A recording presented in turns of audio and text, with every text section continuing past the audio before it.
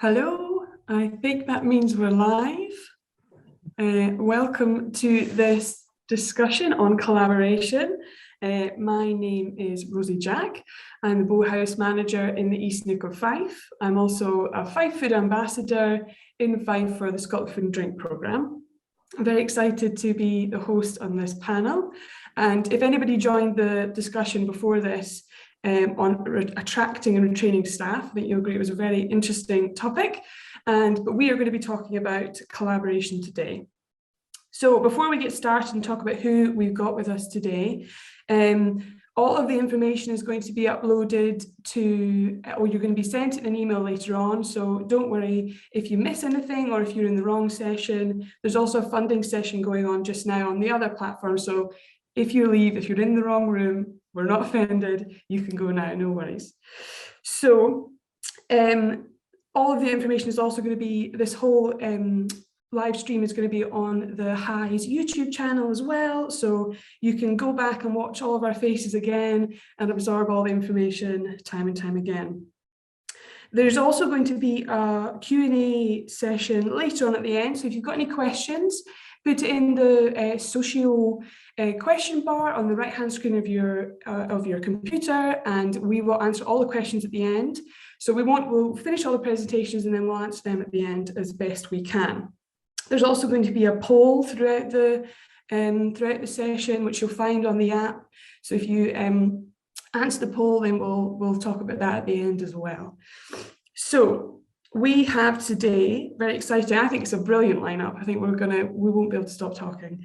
So we've got James Withers from Scotland Food and Drink, Halflevi Henderson, I'm so sorry for that pronunciation, from Icelandic Lamb, very exciting, and Chris and Meena Watts from Isle of Skye Sea Salt. There they are all waving. So I think it's a really great lineup. I'm going to have to learn to be quiet because I'm going to want to ask lots of questions, but I think we will quickly move on to, so we've got lots of time for questions. We'll move on to James. So when you're ready, James, over to you. Yeah, no problem, Rosie. I thought for a minute Halflevi was going to get a shot first, but I'm happy to jump in. So hi, folks. I'm going to just try and work the wonders of magic and share my screen now, which hopefully you will all be able to see that. So great to be with you all this morning online. Still a bit weird getting used to this kind of online world. I long for the day to be back in 3D and in person, and hopefully we'll be getting back to that later on in the year. Brilliant to have this conference organised. I listened to Elaine's kind of intro at the start, caught a little bit of the discussion just now, labour shortages. And big thanks to Claire, to the Shetland, and everyone who's been involved in organising it. Anyway, I'm going to give you just a few minutes on, I suppose, my kind of take on collaboration. I've put it here, collaboration is Scotland's strength, because I think we're really good at this now.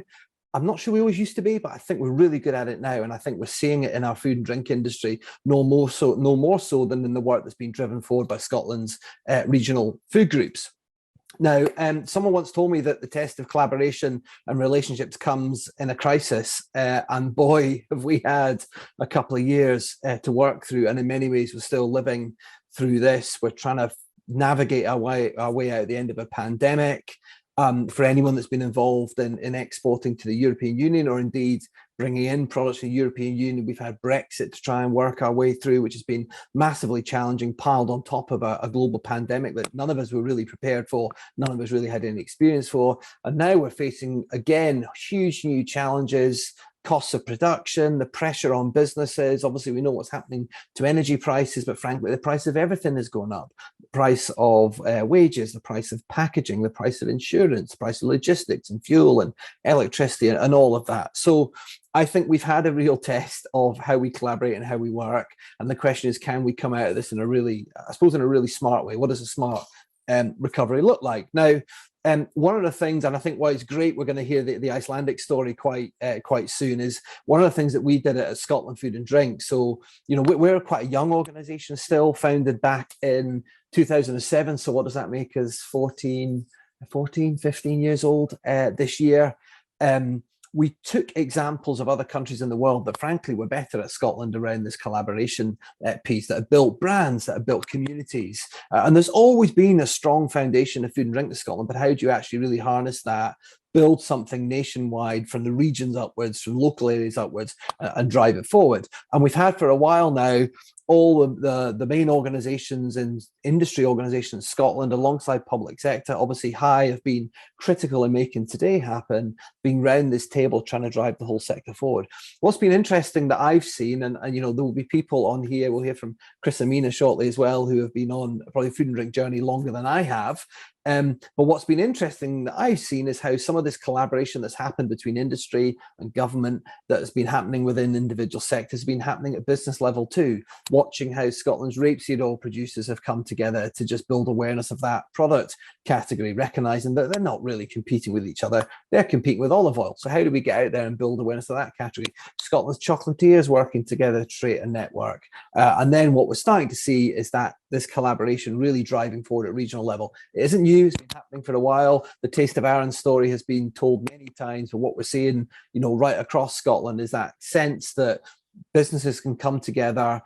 You de-risk the challenges when you're able to compare notes with people, when you're able to do things collectively. We're starting to see that in Scotland now. Now, I am not in any way an academic, as anyone who's ever seen one of my school reports would be able to attest. I'm not an academic, but a brief bit of academia for you. This is from Harvard Business School. And I was told this by the Irish when I went to the Irish Food Board many, many years ago, that Harvard Business School did an assessment of the most successful companies in history. And what they concluded was that the most successful companies in history were not those that had learned how to run the competition out of the town or destroy the competition, but had learned how to work with them. They created this word co-opetition. They bundled cooperation and competition together, recognizing that the most successful companies in the world had actually learned how to work with competitors and learned how to work with others. So I go back to that a little bit when I think about how Scotland takes its food and drink journey forward. So we've been thinking about how we recover from a pandemic, how we recover from some of the challenges that have been brought by a change in relationship with the European Union, how we try and recover from the pressures of labour shortages, the pressure on costs at the moment. I suppose right at the heart of that, in the development of this recovery plan, which has had £13.5 million of Scottish Government money come in, alongside money we've raised through Scotland Food and Drink through industry. So all the businesses that are members of Scotland Food and Drink are contributing to this recovery plan. And we couldn't do that without companies supporting the work we do. But when we're writing that, starting really in the strengths we have right across Scotland. We are a small country, for sure. We're going to hear from Iceland in a minute, another small country with great natural assets. But I suppose unlike some countries we might see in New Zealand, or even, I suppose, parts of Scandinavia, when I think of Norway, we've got incredible diversity of products, incredible mix of businesses, from new starts to the long established. And that diversity lends itself to this kind of collective working. And we've had regional food groups operating for a long time. I've mentioned Shetland and food from Argyll, Orkney, groups in Fife and the Borders and Fleet Galloway, right across the country. But how could we really try and turbocharge those groups, and crucially think about how they might work together and compare notes? And that was the principle behind saying, as part of this recovery plan, let's put some money into this. Let's start funding regional food groups properly, at least having coordinators in there working away, people like Rosie and Claire and others around the country working to drive this group work forward on the ground. It's been amazing. We've got 19 now in place. I know we're not supposed to talk about funding. That's the other group in the other sessions. I'm pointing that way. I don't quite know where they are. Somewhere else, the other virtual group talking about funding, but it's important, and I'll touch on it when I finish up. One thing I would flag, coming out of COVID, are there any silver linings to what has been the trauma of the pandemic? I think one has been communities connecting with the businesses in their areas more, people thinking about supporting local business. Don't worry about what's on the graph, too many numbers to absorb. What this does tell you, though, is that in Scotland, Scots are interested in sourcing local, buying local, from the 79% who want to buy local dairy products, even down through confectionery and soft drinks and the bakery sector. There's a desire in Scotland to want to source local, and it ranks higher, and that local buying behaviour is higher than on average across the rest of the UK. So we've got something here. There's a ready demand for what we've got, and how we connect with that customer base is going to be critical. Food tourism is one of the themes of the conference. We know how important that is, and we have this aspiration that Scotland can become globally recognised as one of the leading food tourism destinations. For years, I bemoaned the fact that the food and drink part of our tourism industry was kind of devalued. We never saw it on the tourism adverts. It was never a big part of what we talked about. But we know if you have a world-class eating and drinking experience, you are way more likely to come back to Scotland. If you're a staycationer, you will go back to that same hotel or B&B or that same farm that you stayed on. So the assets we have and the interest there is anyway in Scotland can come together, I think, in creating a world-class food tourism destination. Rosie, a couple of comments just to finish off with, and then I'll hand back to you. Everything good that has happened in Scotland's food and drink journey in the last 10 to 15 years has come down to collaboration. That's my view.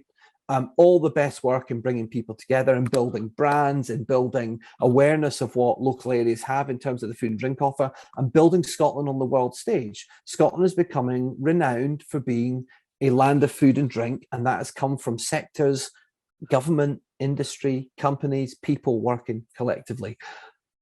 When I started this journey, we used to go look at what Ireland were doing, what New Zealand were doing, countries we thought were better than us at this. Scotland is now becoming a model to follow. I've had Canadians, Spaniards, Mexicans, Brazilians, and crucially, other parts of the UK coming to Scotland. They see something happening here and they want to know how they could potentially follow in our footsteps. And that's a source of pride, I think, for us. We know how important the local market is. There's a lot of focus often on exports, the bright lights of selling to Shanghai. Every single crucial export sector, food and drink sector in the world has been founded on supplying their local market and having that food and drink culture locally. Final point on funding. We know funding is important. We've got to get a sustainable model. We can, as Scotland Food and Drink, working with government, we can commit to the next full year of funding for all the regional food coordinator posts. We hope that match funding will be there from councils too, and that gives it at least through to spring 2023 to think about how do we get a longer term funding plan, because the work of regional food groups is critical. It will make Scotland's food and drink journey successful, and we need to support it as we go on. So Rosie, at that point, I will hold my wish, stop sharing and hand back to you.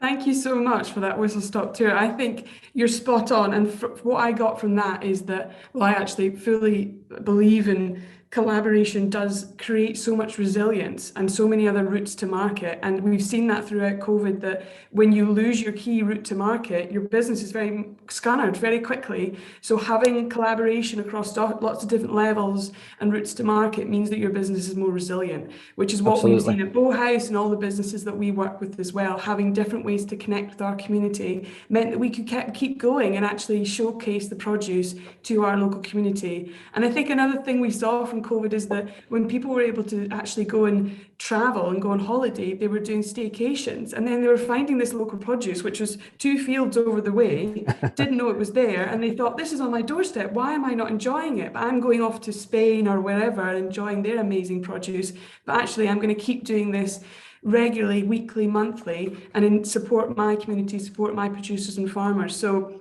try to look at the positives of COVID, but thank you very much for that presentation. I thought that was brilliant.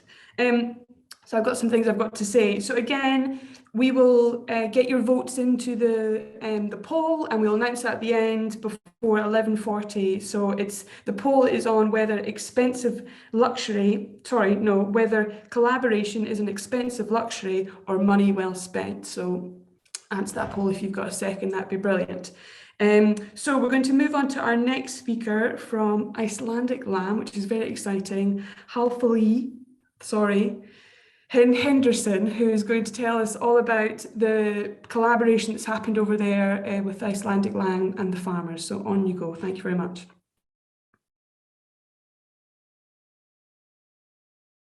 Sorry, you're on mute.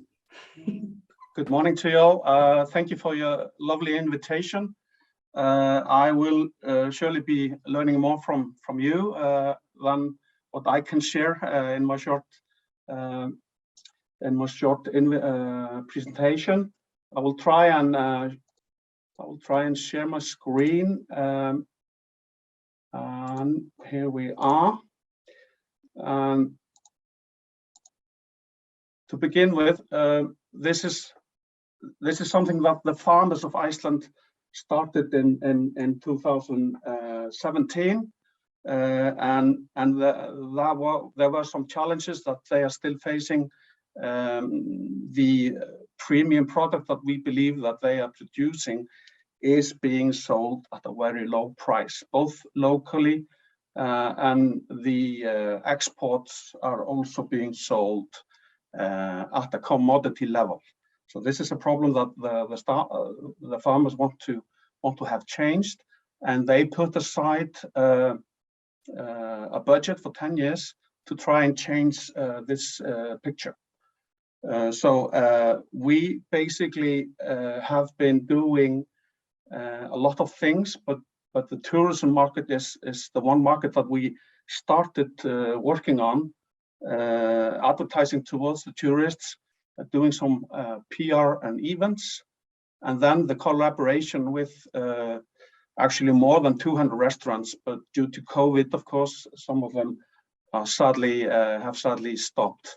And then a few selected stores like special butcher shops and etc. are working with us. And then in late 2020, we added the locals to the list of what we are doing. And this is basically the story about the product. Lamb is so important in Icelandic cuisine. It is basically the Iceland's national dish, and there are a lot of points to mention that we believe contribute to the story of the uniqueness of the product. So it's basically the Viking breed of sheep, and it's been isolated here for, well, since the Viking age, and it's bred for the meat quality, which is important. So as for the PDOs, we have been trying to track and copy what others have done decades before us in registering the product as a PDO, and we have the Icelandic PDO, and we are in the application process for the EU PDO, which we all know is something that adds value to the product. And we hope to be the first Icelandic product to acquire the EU PDO. As for the tourist market, we started advertising towards tourists early 2017. There was a boom in tourism.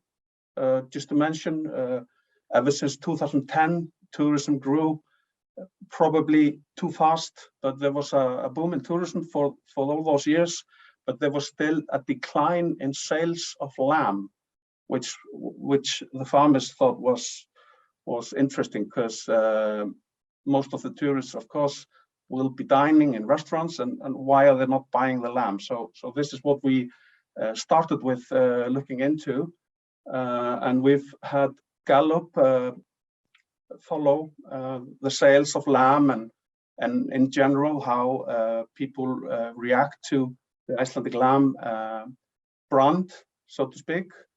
And this is the latest figures, and then we've seen a rise in the consumption of lamb from the tourists at 15% since 2017. Of those 15%, I must mention that there's a 10% difference between 2019 and 2021, which links into the same trend James mentioned, because it's not only the locals that seem to be more interested in local products, it's also our guests and the guests wherever they might find themselves.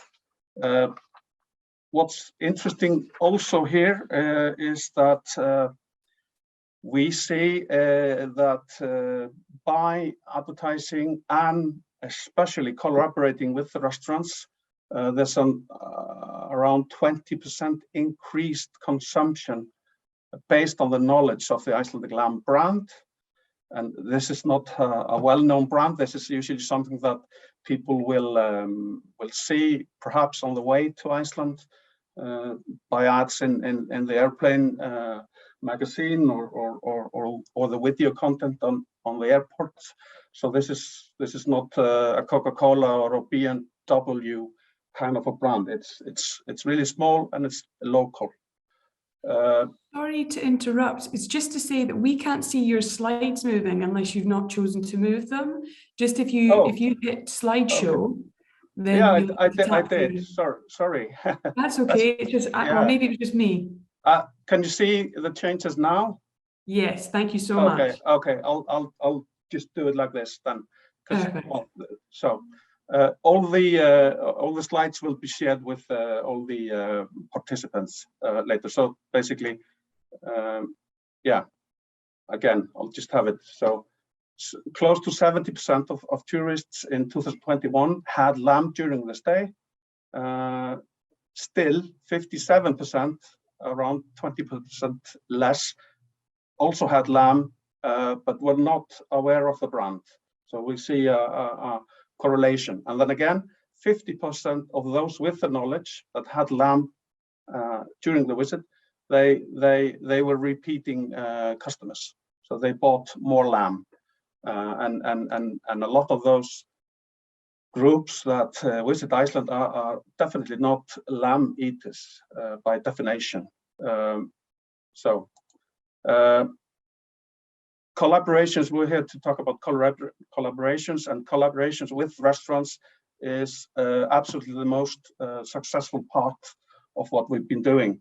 There are now around 200 restaurants within a partnership program with a license agreement to use our brand and the content that we create. We've seen, well, after the first couple of years, we've seen more, how should I put it, more active partnerships happening. So there's more restaurants, more business owners that are looking to integrate what we are doing into what they are doing. But there are of course, some challenges, as we know, and we that come from small societies. We have to deal with skeptics and often some gatekeepers that would like things to stay the same, even though the business is not doing so well. So I'll go. Sorry, yeah, here. So the negatives, just to name a few, we are pioneers in creating a collective mark for a single industry.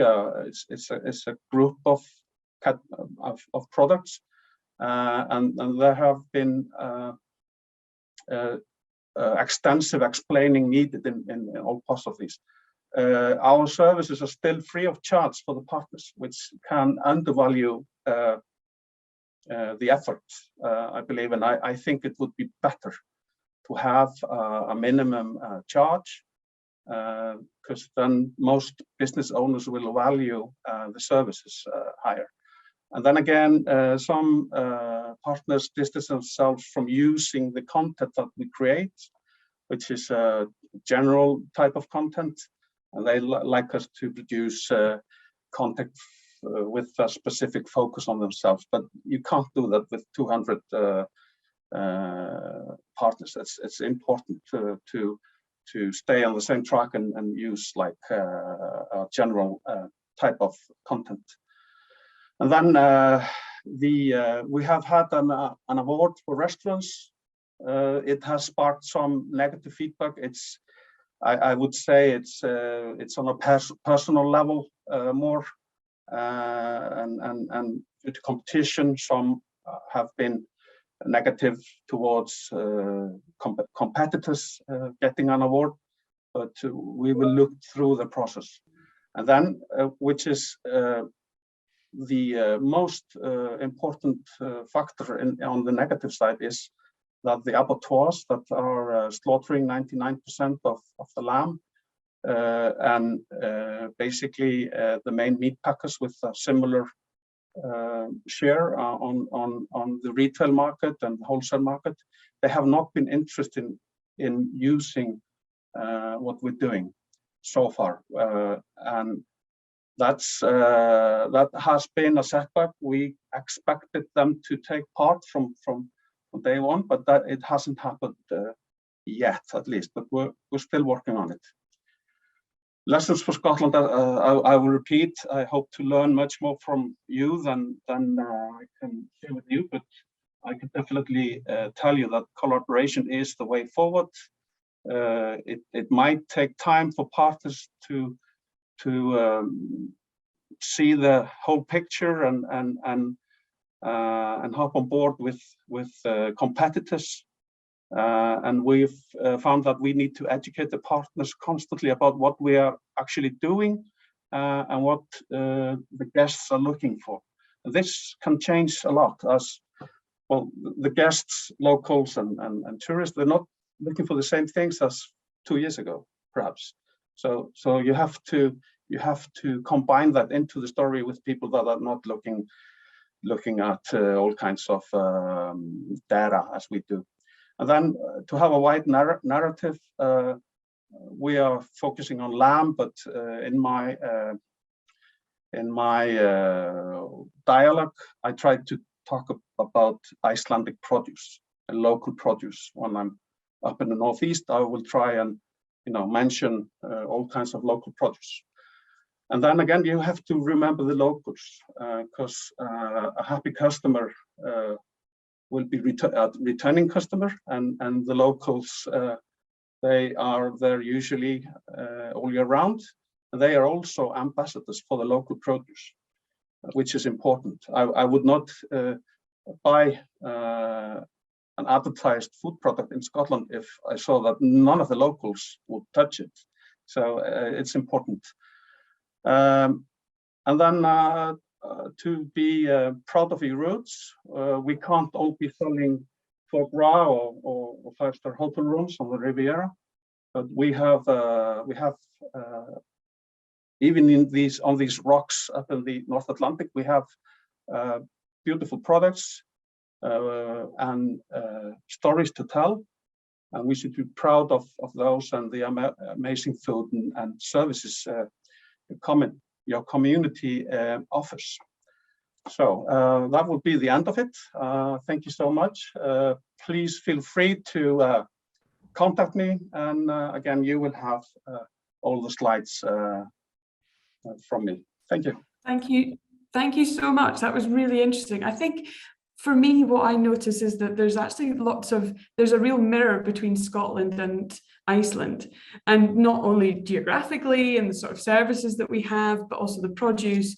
But I can see, well, it's the same over here. There's so many different components in agricultural collaboration, trying to get everybody on the same page to sing from the same hymn sheet is very, very difficult. So that is something that will never fully, the industry is always changing. It is a difficult task. So I think what you've achieved is incredible. And there's definitely lots we can learn from you, vice versa. So hopefully we can keep this connection going. But yeah, like you said, all the slides will be shared later on. So don't fear, we can go back and read into that a lot more. Thank you so much. And again, thank you for all the questions. I'm seeing them come up, but we will talk them through just later on. So we're just going to keep moving forward. So next up, we have Chris and Meena Watts with their presentation on the Isles of Skye Sea Salt Company. So over to you guys. Thank you. You're on mute. I should get a t-shirt printed.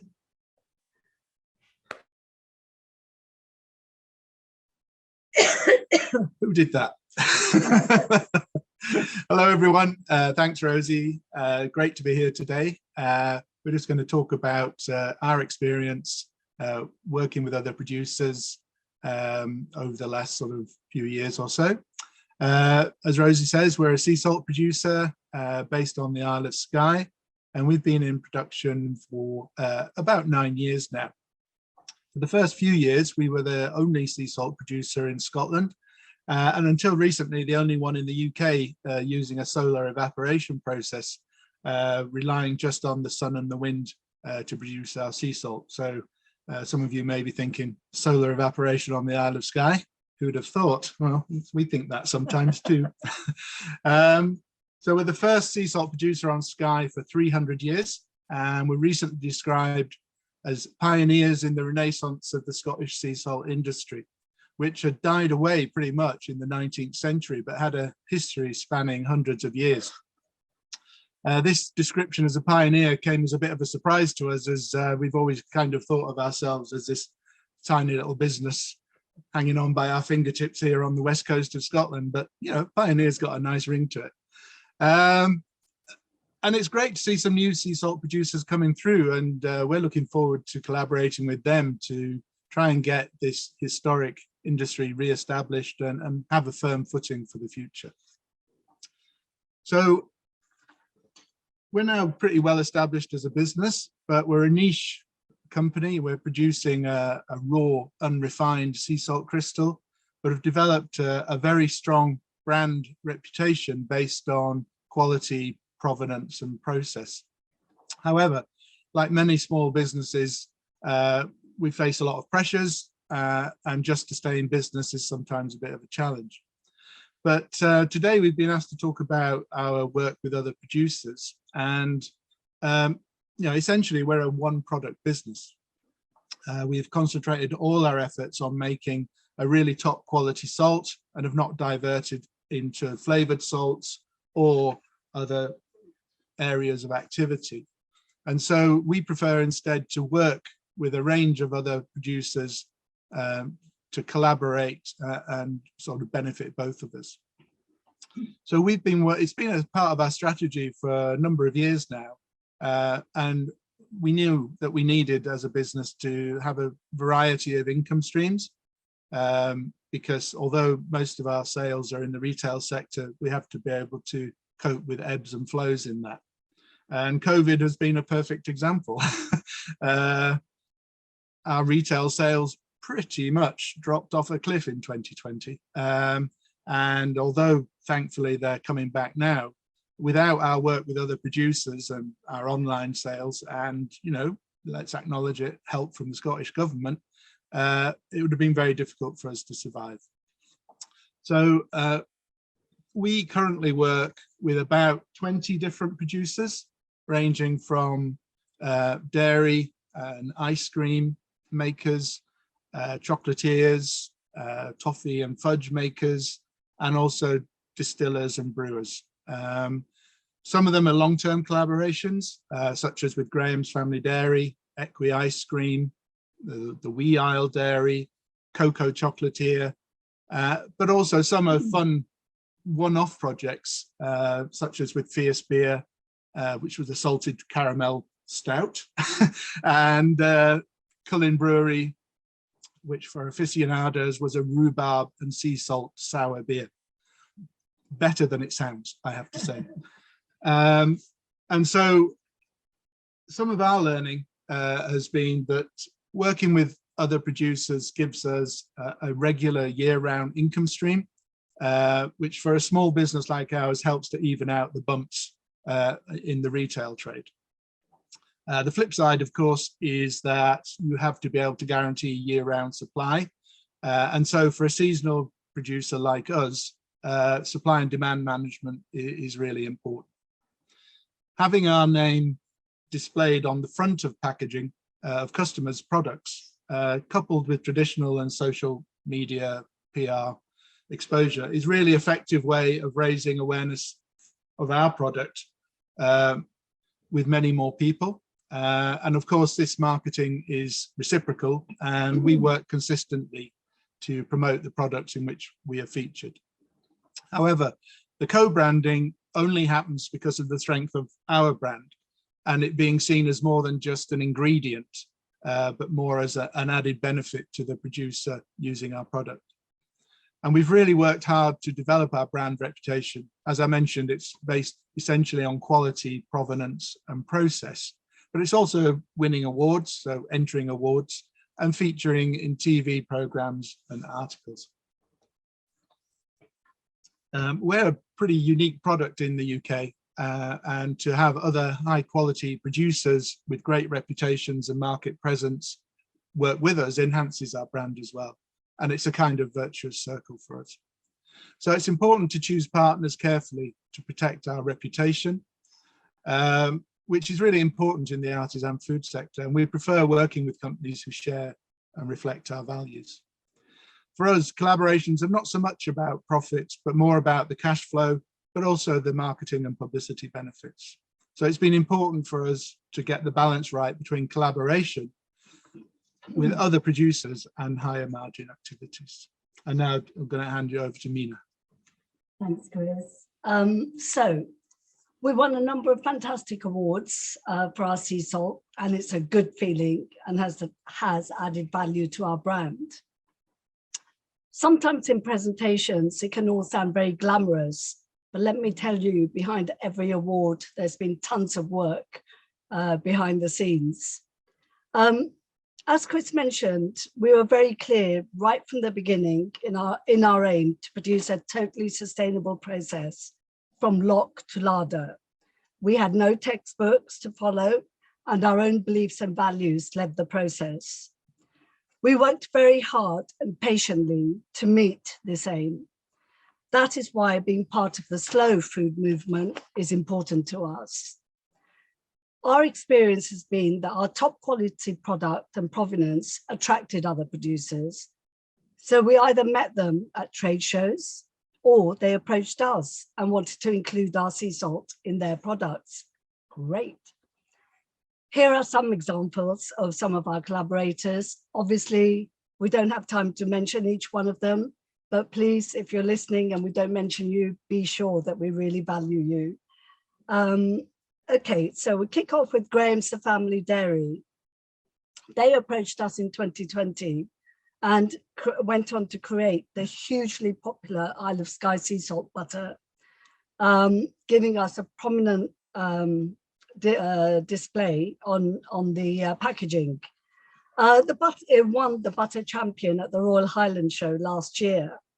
It is now sold in stores across Scotland, including Tesco's, Sainsbury's, M&S, Asda and Spar stores. It's a pleasure to collaborate with this lovely company, and the butter is delicious. You have to try it if you haven't. So this collaboration is a win-win situation all round. We go on to Cocoa Chocolatier. We met this lovely young company at trade shows from 2015 onwards. They have a strong commitment to quality and fair trade, sourcing their cocoa from Colombia, thereby providing local income to local farmers. And they use our sea salt in a number of their products and have really built up their reputation on that, which is now sold all over the UK and overseas. So it's lovely to be connected with them. And the chocolate is absolutely delicious. And we, having worked overseas in many jobs in the past, really like that international link with this particular company. Closer to home, our young entrepreneur, Finley, at Glenshield Chocolates, just down the road, across the bridge, Skye Bridge, that is. He started using our sea salt when he started his chocolate business as a young school leaver. And now he has a thriving setup and uses many other local products in his business. Pleasure to be associated with him. Then there is a wonderful Hebridean baker, global TikTok sensation and a great ambassador for Scottish foods. So when he approached us and wanted to use our sea salt in his recipes, what did we say? We thought for 1 second and we went, yay! So exciting when he uses our recipes. We know they are going globally, and of course we benefit from that. And of course he always makes everybody laugh and promotes Scotland in such a lovely way. Other benefits of our collaboration are, it's a good feeling when products of excellence come together. It is great feeling promoting Scottish goods together. We are proud to be part of the Scottish food and drink industry. We believe it's important for all of us to recognise that the huge Scottish food and drink industry continues to be a global brand, as James mentioned earlier on. It is very popular the world over, and we need to ensure that we add value to it. And we know that our sea salt tubs go all over the world from Skye. and we get repeat orders as a result of this. It's fantastic.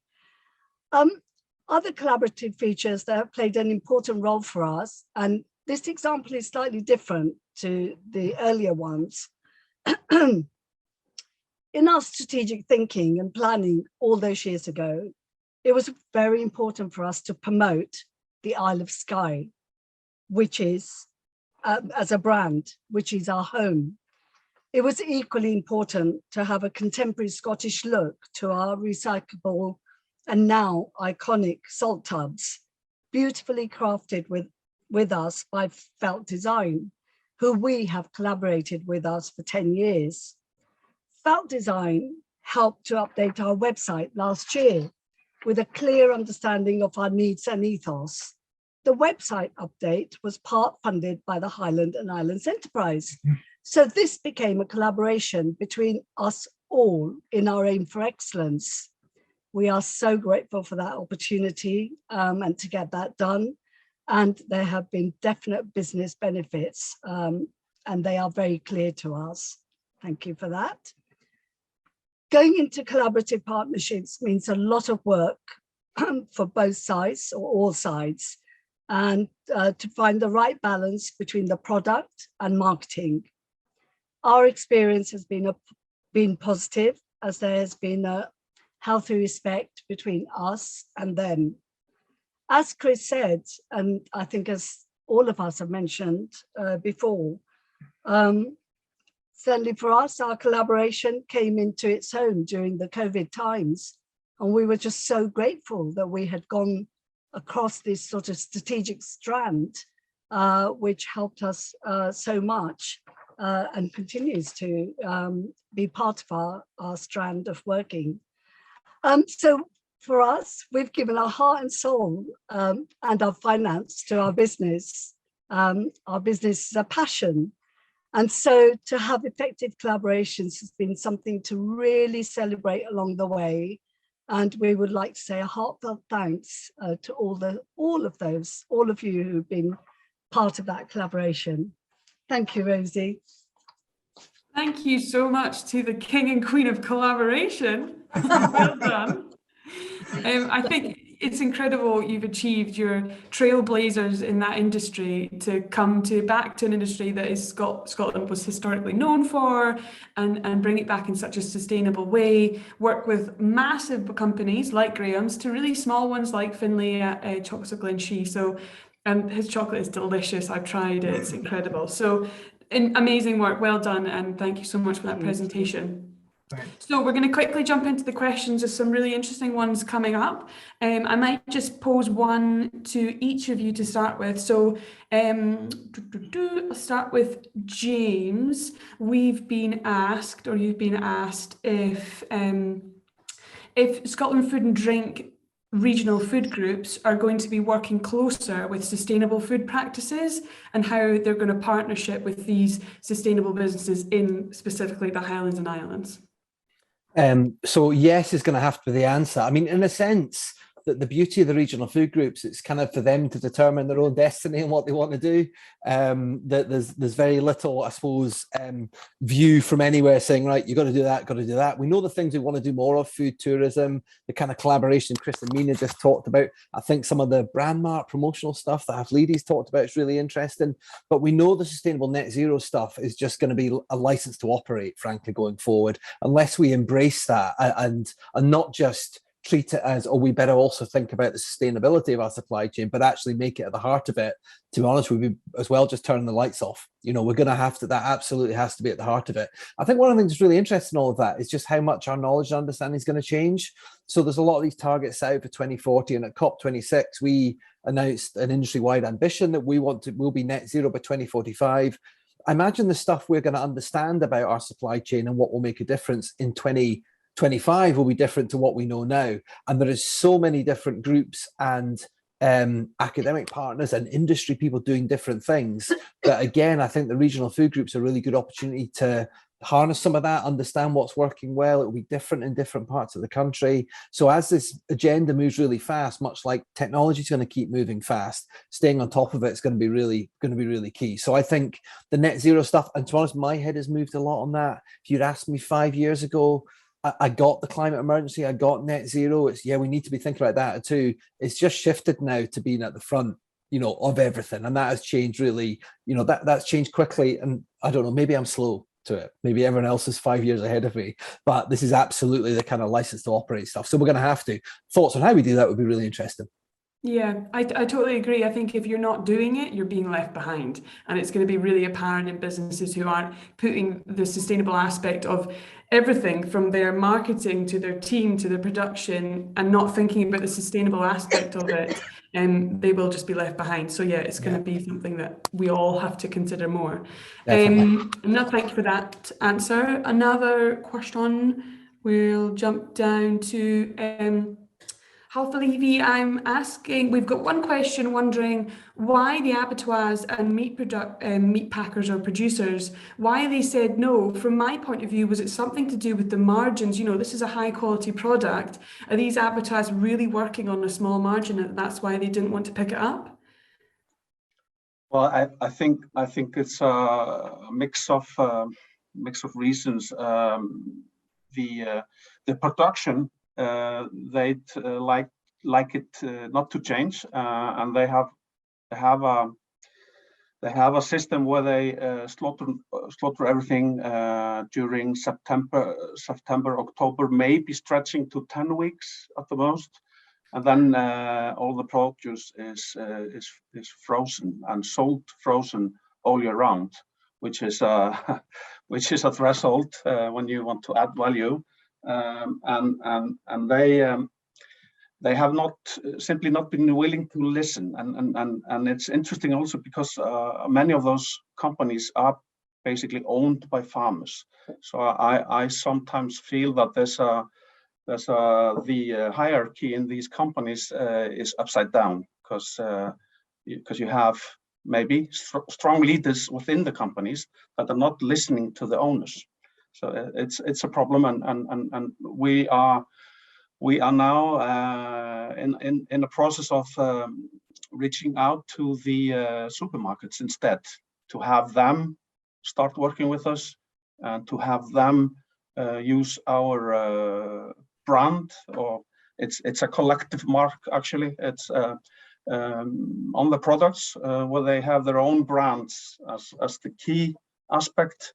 But we add ours on top, just as, you know, Parma ham, or I mean, there's close to 200 producers of Parma ham, for example, but the Parma ham logo and the marketing behind is the key marketing for that product, which is a market leader worldwide. Yeah, I hope that answers the question. No, definitely. I think it's very similar again in Scotland.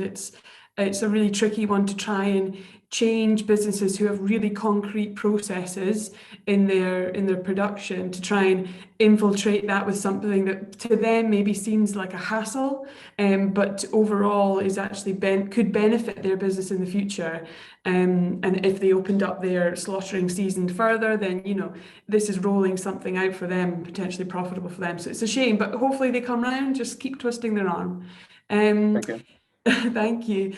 A question for, well, I've got a question for Chris and Meena, actually. Sorry, and I will come back to them. Do you guys get to the point where you stop collaborating? Do you have like a sort of, okay, we've got hundreds of people wanting to be in touch with us, and what's the sort of quality? Do you look at businesses and go, we're not quite matching in our values, in our sort of vision, our quality, maybe we won't collaborate together? How do you kind of go through that process of saying yes, no to people? Well, I'll kick off. So far, we have actually been really lucky, honestly, because when producers and other companies have been in touch with us, I think they've also done their research and they want to be associated with a top quality product because they benefit and we benefit. So we haven't really had sort of like that huge dilemma. in the way that we may have had an example of. Do you want to add to that, Chris? Yeah, I mean, sometimes it's scale as well. I mean, it can be that, you know, someone comes in and wants a large amount of product, and then we have to think, well, we have to keep supplying the people we're already supplying. So we have to take that into account. And sometimes it's from a market that we're not particularly interested in. So it can be a product idea that we're not particularly interested in either, that we don't think would really enhance our brand. And so we'll just make that decision not to continue. Yeah, no, it makes complete sense. I think you've got to choose what's right or wrong. I think lots of people can get bamboozled by feeling like, oh, this is exciting, what a great opportunity. But actually, one of my mantras for this year is actually sometimes saying no to things and just say, actually, I need to stay clear to what my business's vision is. And if these other businesses have the same sort of mission statement, then please come along and we can work together. But I think, yeah, and it's hard for maybe us Scots to be like, oh no, or also just to blow our own trumpets sometimes as well. So no, I think you guys have met that balance really, really amazingly. We've invested, you know, so much time and effort in establishing who we are and what we do and how we do it, that, you know, there'd be absolutely no point in just sort of taking something that didn't really enhance and reinforce what we do. No, absolutely. Absolutely. We've managed to rattle through these questions, and I think we're getting kicked off at 11:45. I might be right in saying that. But I'll ask you guys another question. James, how do you feel that all these small producers could overcome the sort of barriers around the barriers around funding and the barriers around sort of moving up to that next level? What's that kind of, does collaboration help to remove those barriers, I suppose? So I think my general rule of thumb is collaboration does help with removing most barriers. And even, I mean, funding, I mean, Chris and Meena talked a bit about the support they've had during COVID. Sometimes you need, you know, it feels like you need the map of a maze to find the right support at the right time in Scotland. And in a sense, it's a nice problem to have, because if I went back 20 years, there was hardly anything out there. Now there's actually quite a lot, but that in itself can be a bit of a challenge. So we actually spend quite a lot of time with businesses trying to direct them into the right place to find the right people that can help, because you can reach a lot of dead ends just when you think you're making progress. Interestingly, we know where collaboration has helped. We've seen collaborative investment in activity. I mentioned, you know, rapeseed oil producers, one example. The 8 of them got together with funding, developed a website talking about that product and its value to chefs and food service. So again, each of them investing in that on their own would be pretty difficult, but collectively coming together to do it, it makes quite a compelling case when you're trying to tap into government support. HIE, you know, is one good example of supported, you know, Isle of Skye Sea Salt. So there are, you know, good examples where that collaborative approach can attract funding.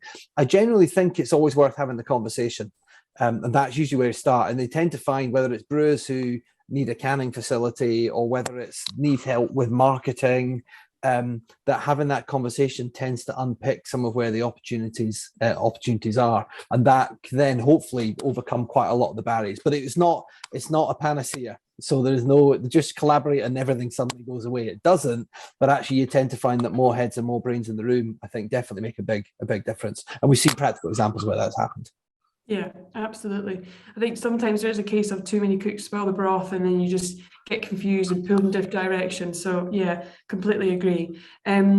So thank you very much. I think really, really interesting takes on lots of different ways to collaborate. I'm a big advocate of it, but again, saying yes to the right things is very important.